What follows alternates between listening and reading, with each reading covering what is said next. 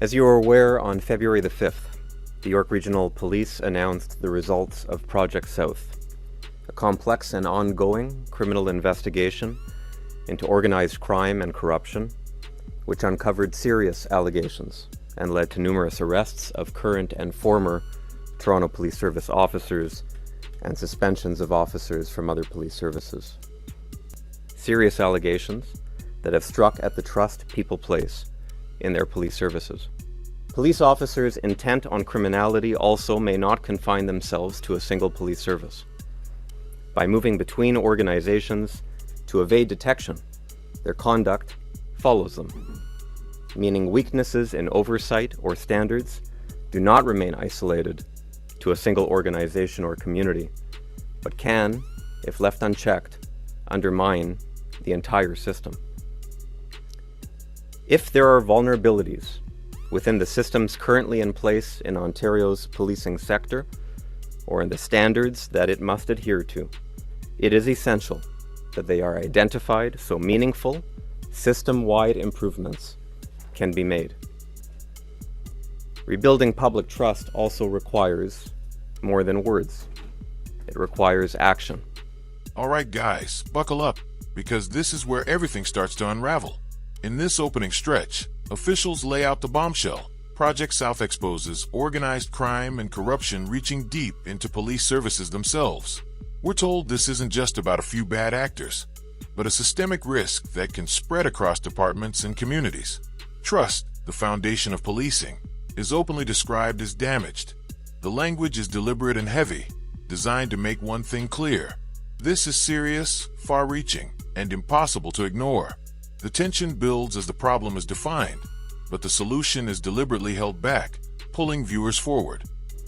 And that is why today I am announcing an independent, province-wide inspection into the ability of Ontario's police services and boards to prevent, detect, respond to, and fortify their organizations against corruption and ensure integrity.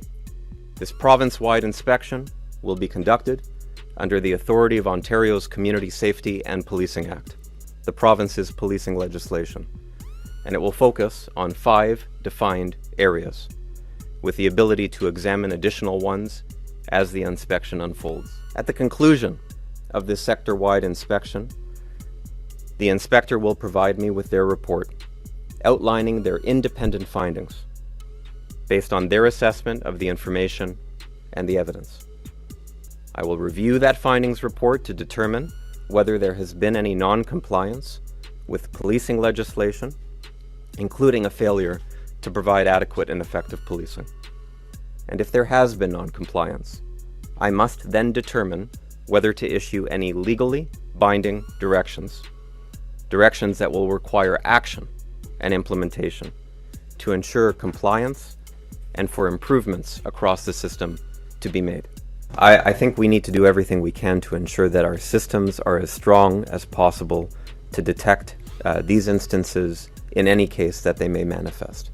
Organized crime is insidious, and organizations are made up of people, and we have to ensure that our organizations are sufficiently strong to prevent and, where necessary, detect and intervene. The good news is that's precisely what happened here. Project South is an example of an organization identifying something that they were concerned with and making sure that that was sufficiently probed to the depth of the issue necessary. And our role now is to look at the totality of the system and make sure that whether it's about vetting, whether it's about IT system access, or the other issues that I listed, that we give the tools and the rigor necessary to ensure that these systems stay strong. All right, guys, this is where the story turns from shock to consequence. Here, the response to the corruption scandal is finally revealed. A province-wide independent inspection with real legal power behind it. The speaker explains how findings could lead to binding orders and enforced reforms, not just recommendations. We're reminded that organized crime adapts and hides, but this case proves systems can still catch it when they're pushed hard enough. The message closes on accountability and reform, framing this as a warning and a reset for the entire policing system. If you found this breakdown useful, make sure to like the video, subscribe to the channel, and we'll see you in the next video.